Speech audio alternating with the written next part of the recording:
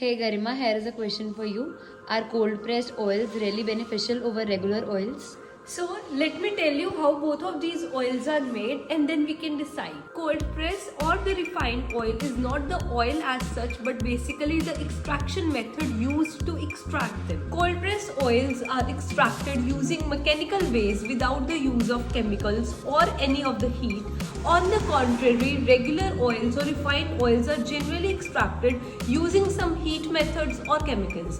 This causes a distortion in the fatty acid profile and loss of nutrients. Coming to the nutrients, cold pressed oils are very nutritious. They retain almost all the nutrients, while the regular oils, they are enriched later on with vitamins like vitamin A and E. Secondly, the cooking method. Cold pressed oils are best used for low to moderate heat cooking and not for high heat cooking.